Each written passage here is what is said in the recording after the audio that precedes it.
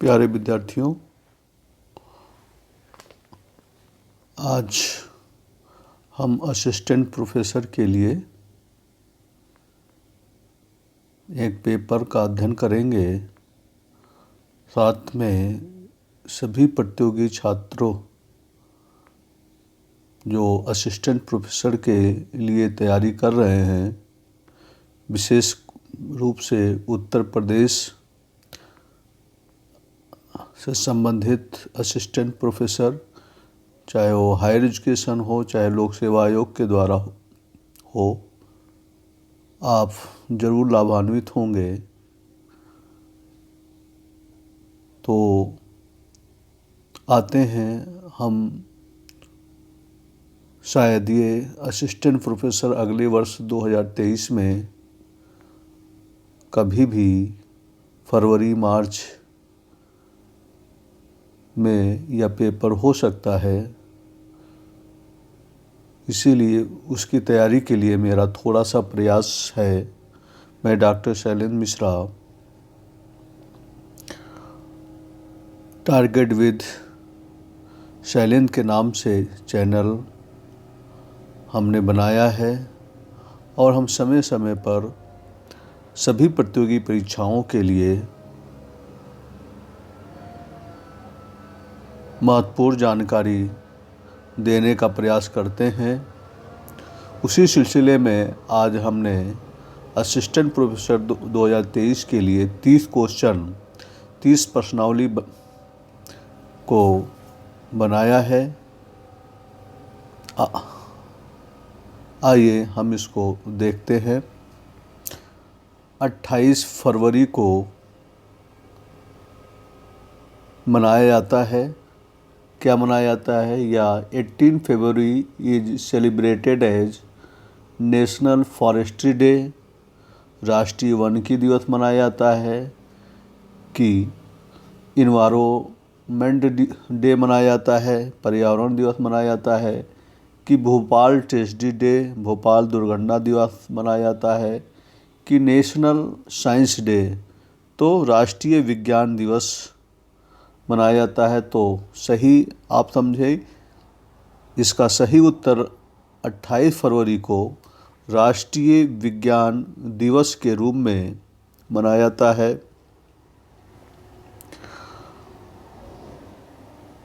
अट्ठाईस फरवरी को राष्ट्रीय विज्ञान दिवस, नेशनल साइंस डे मनाया जाता है।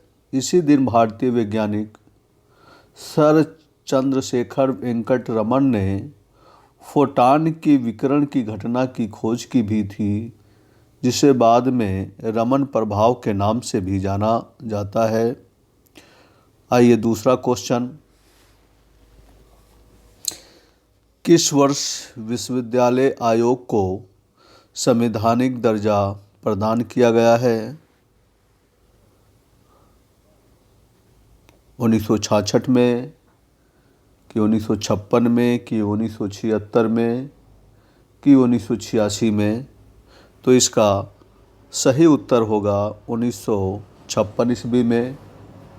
विश्वविद्यालय अनुदान आयोग की स्थापना 28 दिसंबर 1953 को हुई। भारत सरकार ने संसद अधिनियम के द्वारा वर्ष 1956 ईस्वी में संवैधानिक दर्जा प्रदान किया गया है।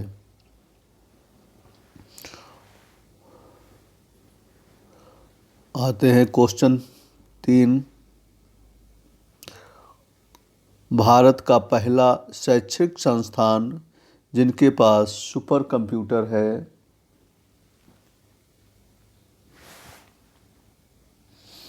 सुपर कंप्यूटर है। भारत का पहला शैक्षिक संस्थान जिनके पास सुपर कंप्यूटर है, IIT Mumbai, IIT Delhi, IIT Kanpur और आईआईटी खड़गपुर। तो इसका सही आंसर आप बताएं। तो इसका सही आंसर आईआईटी खड़गपुर को माना जाता है। आईआईटी खड़गपुर को माना जाता है।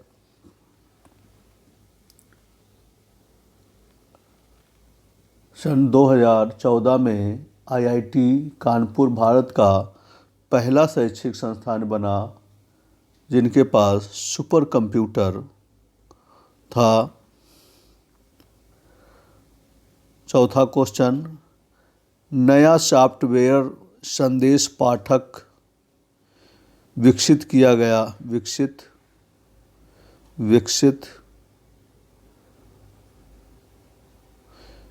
विकसित किया गया है। नया सॉफ्टवेयर संदेश पाठक विकसित किया गया है मीडिया के लिए, नेत्रहीनों के लिए या किसानों के लिए या पर्यटकों के लिए। तो इसका सही आंसर है किसानों के लिए। निरक्षर किसानों के लिए वर्ष 2014 में यह नया सॉफ्टवेयर संदेश पाठक को विकसित किया गया है जो उनकी सहायता हेतु हमेशा उपलब्ध रहता है।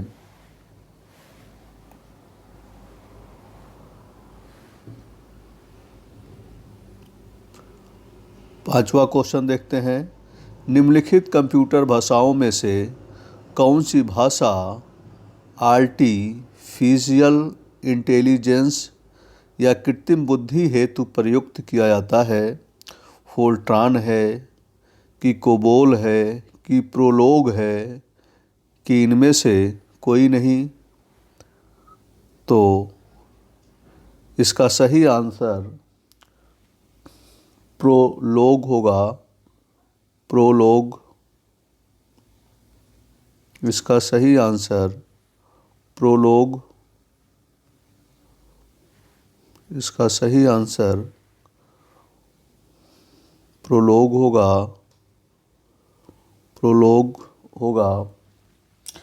प्रोलोग का पूरा नाम प्रोग्रामिंग इन लॉजिक है। प्रोलोग का पूरा नाम प्रोग्रामिंग इन लॉजिक है। इस भाषा का विकास वर्ष 1973 ईस्वी में फ्रांस में कृत्रिम बुद्धि संबंधित कार्यों को करने के लिए किया गया था। यानी कि 1973 में प्रोलोग के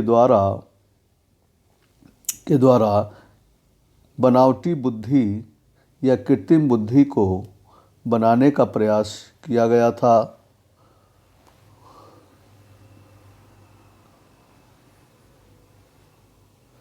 छठा क्वेश्चन आते हैं, देखते हैं, क्लास क्या है? क्लास क्या है? विद्यालयों में साक्षरता एवं विद्यार्थी परिषद है कि विद्यालयों में कंप्यूटर साक्षरता का अध्ययन है कि विद्यालयों में पूर्ण साक्षरता एवं अध्ययन है कि विद्यालयों में कंप्यूटर साक्षर एवं विद्यार्थी के बारे में है क्लास? तो इसका सही आंसर जो होगा वो विद्यालयों में कंप्यूटर साक्षरता का अध्ययन होगा। कंप्यूटर विद्यालयों में कंप्यूटर साक्षरता का एवं अध्ययन होगा। क्लास का पूर्ण रूप computer literacy and studies in schools. विद्यालयों में कंप्यूटर साक्षरता एवं अध्ययन माना जाता है।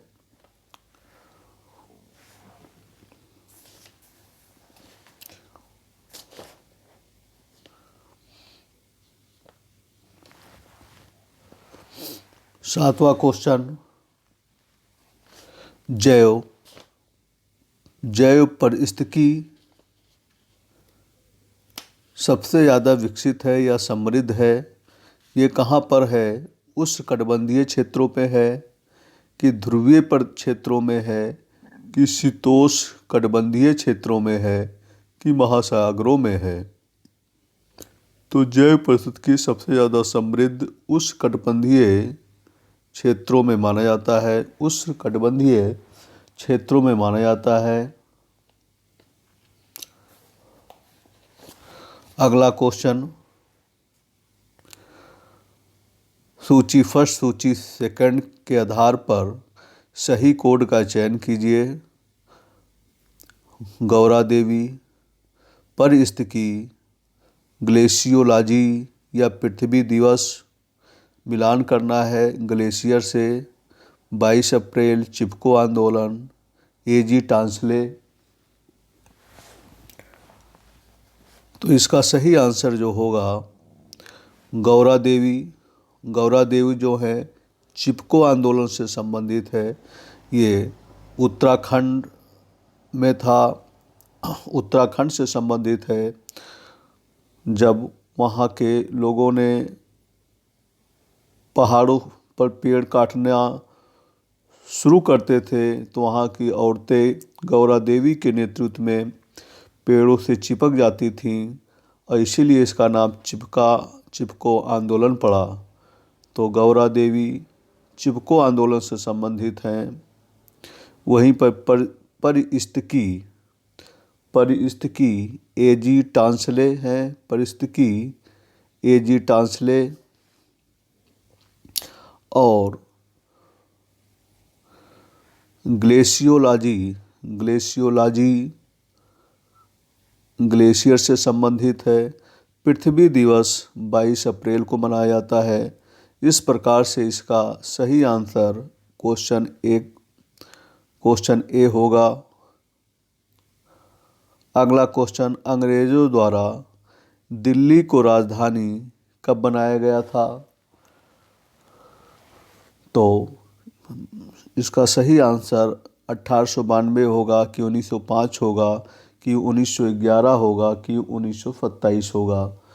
तो अंग्रेजों द्वारा दिल्ली को राजधानी सर्वप्रथम 1911 ईस्वी में बनाया गया था। जॉर्ज पंचम के सम्मान में सन 1911 में दिल्ली दरबार का आयोजन किया गया था। यहीं पर राजधानी कलकत्ता या कोलकाता को स्थानांतरित करके दिल्ली को राजधानी बनाया गया और 1912 ईस्वी में दिल्ली राजधानी का स्थानांतरण हो गया था।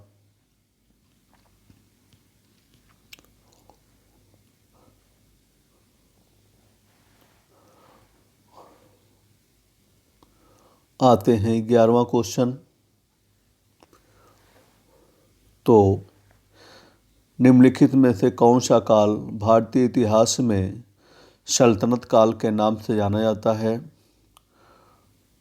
1050 से 1205 ईस्वी की, 1860 से लेकर 1910 की, 1526 से लेकर 1707 की, 1206 से लेकर 1526। तो सल्तनत काल की स्थापना 1506 से लेकर 1526 ईस्वी तक रही।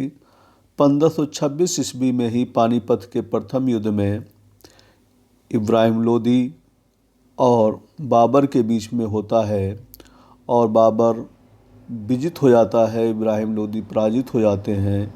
यहीं पर से लोदी वंश समाप्त हो जाता है और सल्तनत काल समाप्त हो जाता है और एक नया वंश मुग़ल वंश की स्थापना होती है। हम बताते चलें, सल्तनत काल में मुख्य रूप से 5 वंश थे। पहला वंश दास वंश या गुलाम वंश था जिसका संस्थापक कुतुबुद्दीन ऐबक था। दूसरा खिलजी वंश था जिसका संस्थापक जलालुद्दीन खिलजी था। तीसरा तुगलक वंश था जिसका संस्थापक गयासुद्दीन तुगलक था। चौथा वंश सैयद वंश था जिसका संस्थापक खिज़्र खां था।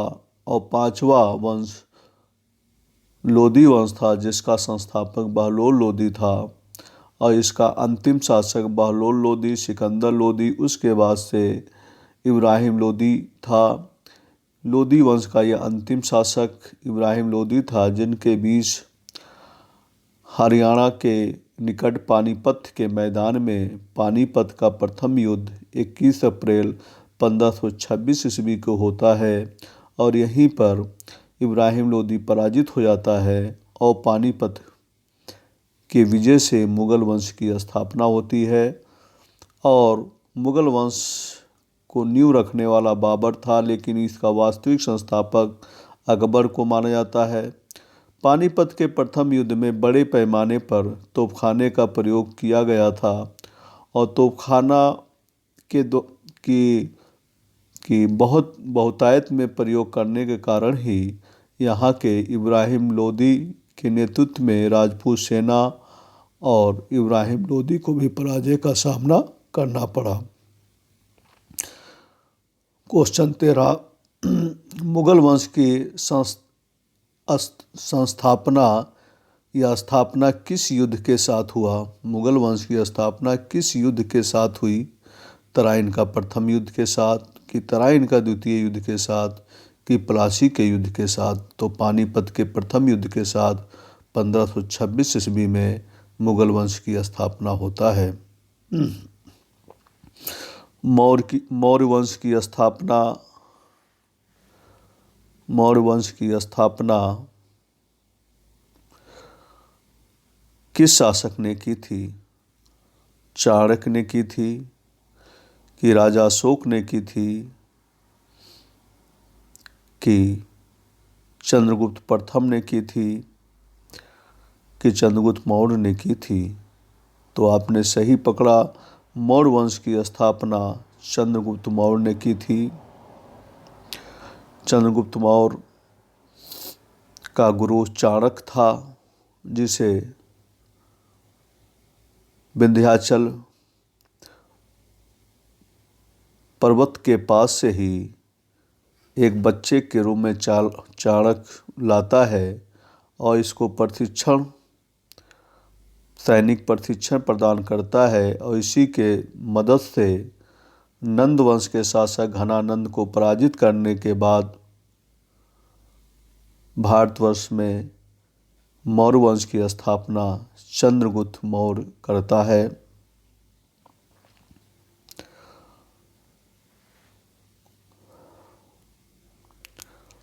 15वां क्वेश्चन, भारत में तुर्की वंश की स्थापना किस युद्ध से मानी जाती है? भारत में तुर्क वंश की स्थापना किस युद्ध से मानी जाती है? तराइन के प्रथम युद्ध से, कि प्लासी के युद्ध से, कि पानीपत के द्वितीय युद्ध से? तो इसका सही आंसर है तराइन के द्वितीय युद्ध से भारत में तुर्क वंश की स्थापना होती है। तराइन के प्रथम युद्ध में मोहम्मद गोरी और पृथ्वीराज चौहान की उपाधि पिथौरा थी। ये अजमेर का शासक था, अजमेर दिल्ली का। तो तराइन के प्रथम युद्ध में पृथ्वीराज चौहान विजित हो जाते हैं, मोहम्मद गोरी पराजित हो जाता है। लेकिन 1 साल के बाद मोहम्मद गोरी फिर से आता है और तराइन का द्वितीय युद्ध होता है, जिसमें मोहम्मद गोरी विजित हो जाता है। इस प्रकार से पृथ्वीराज चौहान या पिथौरा को पराजय का सामना करना पड़ता है और उसके बाद से भारतवर्ष में तुर्क वंश की स्थापना होती है तराइन के द्वितीय युद्ध के पास से। यानी कि भारत में निर्णायक युद्ध तराइन का द्वितीय युद्ध माना जाता है। यहीं से भारत में मुस्लिम शासन की स्थापना होती है और कुतुबुद्दीन ऐबक ने भारत में दास वंश या गुलाम वंश की स्थापना भी करता है। रेनबो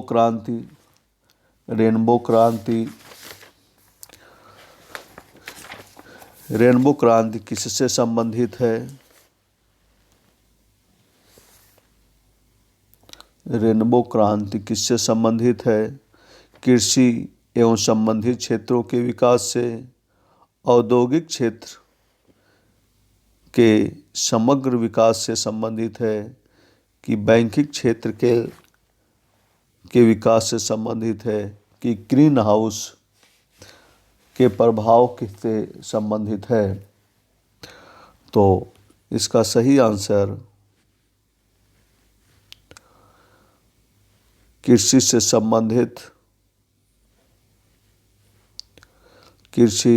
संबंधित क्षेत्रों के समग्र विकास से माना जाता है। कृषि से समग्र विकास से माना जाता है। तो इसका सही आंसर जो होगा कृषि से संबंधित क्षेत्रों के विकास से संबंधित है।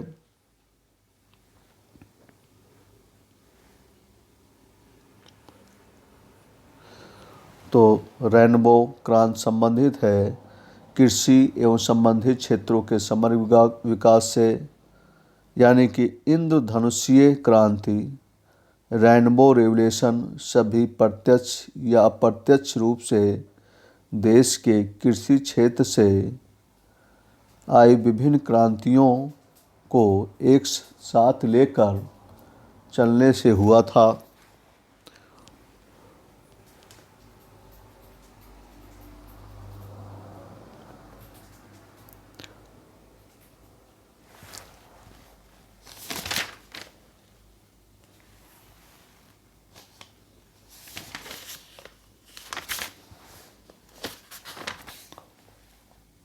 उसके बाद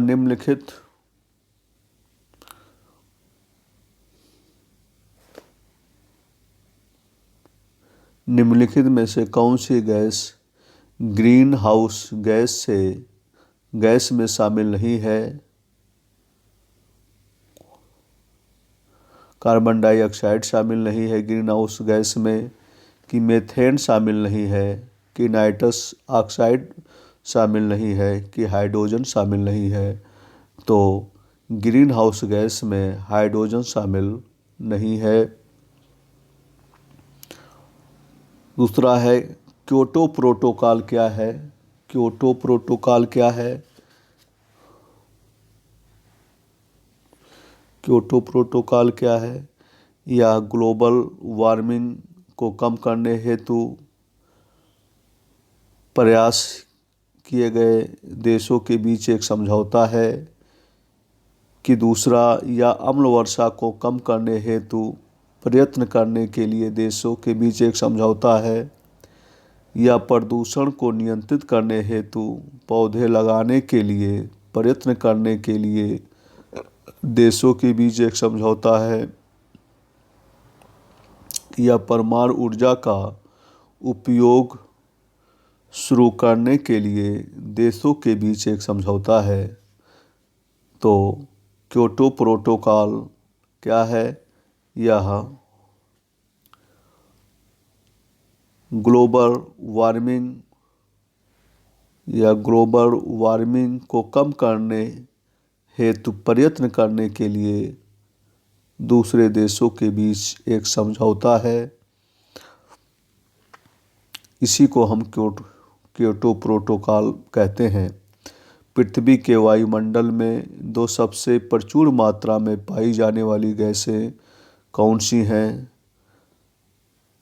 कार्बन डाइऑक्साइड और ऑक्सीजन है, कि भाप और आर्गन है, कि मीथेन और ऑक्सीजन है?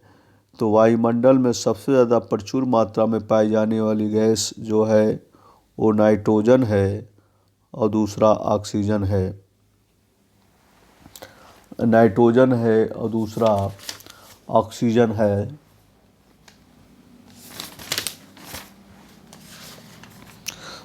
भारत के संदर्भ में फेडरेशन कप किससे संबंधित है? क्रिकेट से संबंधित है, कि हॉकी से संबंधित है, कि फुटबॉल से संबंधित है, कि वॉलीबॉल से संबंधित है? तो भारत में फेडरेशन कप फुटबॉल से संबंधित है। तेलंगाना के प्रथम मुख्यमंत्री कौन बने? चंद्रबाबू नायडू बने हैं, कि जगन मोहन रेड्डी बने हैं, के प्रभाकर बने हैं? तो तेलंगाना के प्रथम मुख्यमंत्री के चंद्रशेखर राव जी हैं, राव बने थे सर्वप्रथम।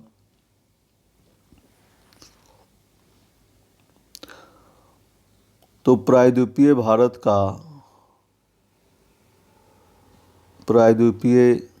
भारत का दक्षिणी बिंदु कन्याकुमारी स्थित है। कर्क रेखा के उत्तर में, कि भूमध्य रेखा के दक्षिण में, कि मकर रेखा के दक्षिण में, कि भूमध्य रेखा के उत्तर में स्थित है? तो प्रायद्वीपीय भारत का सबसे दक्षिणी बिंदु भूमध्य रेखा के उत्तर में स्थित है। तो इसका सही आंसर जो होगा वह भूमध्य रेखा के उत्तर में होगा।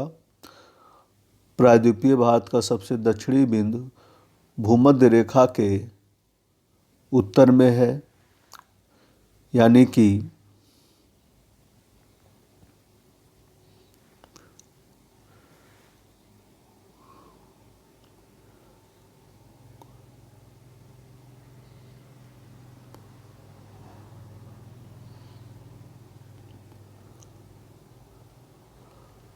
भूमध्य रेखा के उत्तर में। संविधान सभा में राष्ट्रीय गीत कब अपनाया गया था?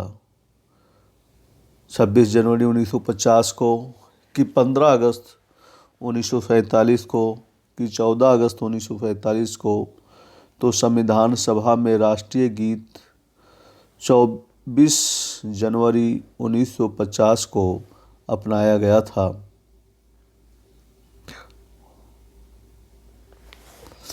24 जनवरी 1950 को अपनाया गया था।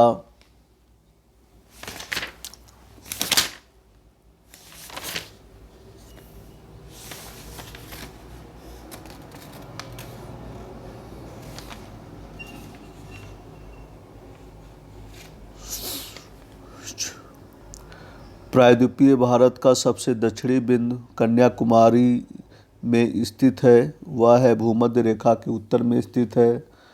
प्रायद्वीपीय भारत का सबसे दक्षिणी बिंदु कन्याकुमारी भूमध्य रेखा के उत्तर में स्थित है। भूमध्य रेखा पर दिन रात लगभग वर्ष भर बराबर होते हैं, अतः जो स्थान भूमध्य रेखा के समीप होगा वहाँ दिन रात के समय में भी कम अंतर पाया जाता है।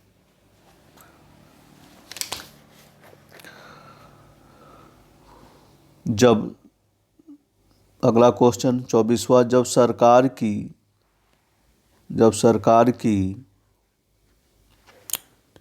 वर्तमान आय अपने मौजूदा खर्च की तुलना में कम होती है तो उसे क्या कहा जाता है? बजट घाटा कहा जाता है, कि राजकोषीय घाटा कहा जाता है, कि राजस्व घाटा कहा जाता है, कि प्राथमिक घाटा कहा जाता है? तो इसका सही आंसर क्या होगा? जब सरकार की वर्तमान आय अपने मौजूदा खर्च की तुलना में कम होती है तो उसको राजस्व घाटा कहा जाता है। राजस्व घाटा कहा जाता है। राजस्व घाटा कहा जाता है।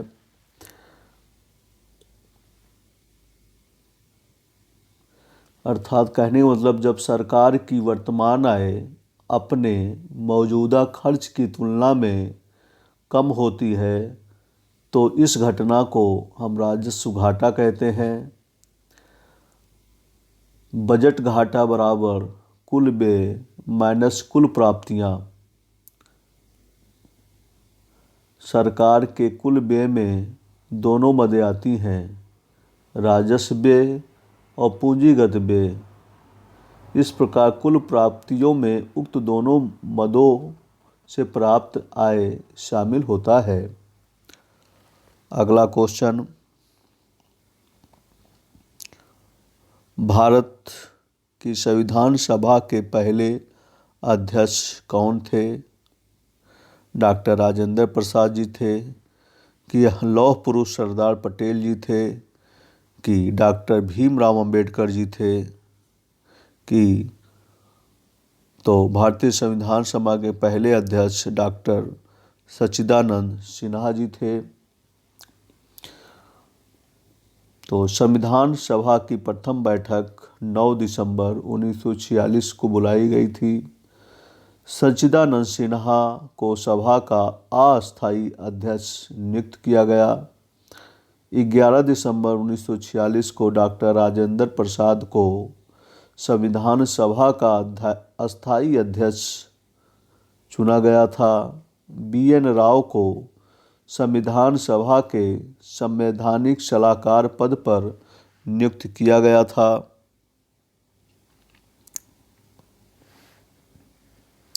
भारत के संघ लोक सेवा आयोग का गठन निम्नलिखित में से किस अनुच्छेद के अंतर्गत आता है? अनुच्छेद 315 के अंतर्गत, कि अनुच्छेद 320, कि अनुच्छेद 325, कि अनुच्छेद 335? तो भारत में लोक सेवा का गठन अनुच्छेद 315 के अंतर्गत आता है। अनुच्छेद 315 के अंतर्गत संघ और राज्यों के लिए लोक सेवा आयोग का गठन का प्रावधान है। अनुच्छेद 356 के अंतर्गत संघ लोक सेवा आयोग सदस्यों की नियुक्ति करता है, पद पर बैठाता है। और अनुच्छेद 317 के अंतर्गत लोक सेवा आयोग के सदस्य का हटाए जाना और निलंबित किए जाने का प्रावधान है। वहीं पर अनुच्छेद 320 में लोक सेवा आयोग के कार्यों का उल्लेख मिलता है। अगला क्वेश्चन, विश्व खाद्य पुरस्कार 2022 का किसे प्रदान किया गया? क्वेश्चन 26वां, विश्व खाद्य पुरस्कार 2022 का किसे प्रदान किया गया है? दीपिका पादुकोण को प्राप्त किया गया है, कि कैरोलिना विलावस्का को मिला है, कि सिंधिया रोसेनजवेग को मिला है, कि उपर्युक्त में से कोई नहीं है? तो विश्व खाद्य पुरस्कार 2022 को सिंथिया रोसेनजवेग को मिला है। विश्व खाद्य पुरस्कार 222 सिंथिया रोसेनजवेग को मिला है।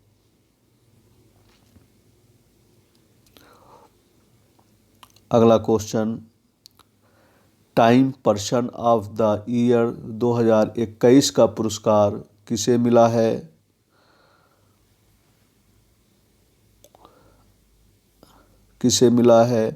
एलन मस्क को मिला है, कि एलेक्सी नबलनी को मिला है, कि विरल देसाई को मिला है, कि नरेंद्र मोदी को मिला है?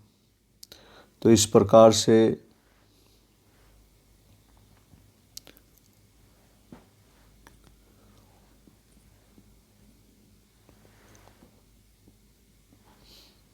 Elon time person of the year का पुरस्कार एलन मस्क को मिला है। मोस्ट इम्पॉर्टेंट क्वेश्चन, ये असिस्टेंट प्रोफेसर में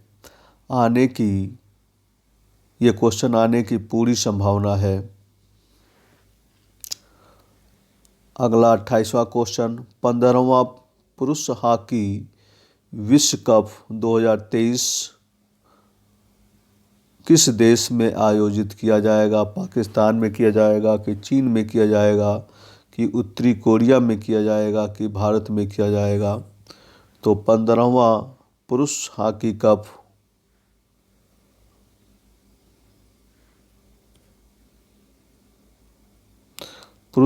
कप जो है ये भारत में आयोजित किया जाएगा। 15वां पुरुष हॉकी विश्व कप जो है 2023 भारत में आयोजित किया जाएगा। 29वां क्वेश्चन, विस्टन क्रिकेटर्स अल्मानैक 2022 के द्वारा विश्व के सर्वश्रेष्ठ पुरुष एवं महिला क्रिकेटर को किसे चुना गया है? ये मोहम्मद रिजवान या सानिया मिर्ज़ा को चुना गया है, या नीरज चोपड़ा और मीराबाई चानू को चुना गया है, कि जो रूट और विजेली ली को चुना गया है, कि उपर्युक्त में से कोई नहीं? तो विस्टन क्रिकेटर अल्मानैक 2022 के द्वारा विश्व के सर्वश्रेष्ठ पुरुष और महिला का खिताब जो रूट इंग्लैंड के हैं और विजेली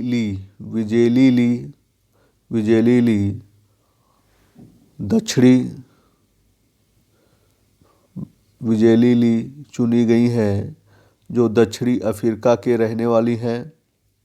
यानी कि विस्टन क्रिकेटर अल्मानाइक 2022 के द्वारा विश्व के सर्वश्रेष्ठ पुरुष और सर्वश्रेष्ठ महिला खिलाड़ी का खिताब इंग्लैंड के जो रूट को मिला है और दक्षिणी अफ्रीका में विजेली ली को मिला है। ये भी महत्वपूर्ण क्वेश्चन है। ये भी क्वेश्चन आने की पूरी संभावना है। आज का लास्ट क्वेश्चन 30वां क्वेश्चन, सितंबर 2022 में कौन यूनाइटेड किंगडम के सम्राट की गद्दी पर बैठा है या किन्हें चुना गया है?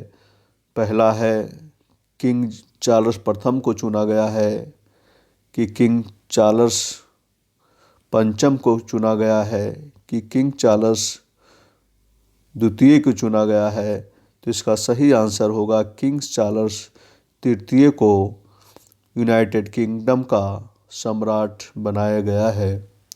इस प्रकार से हमने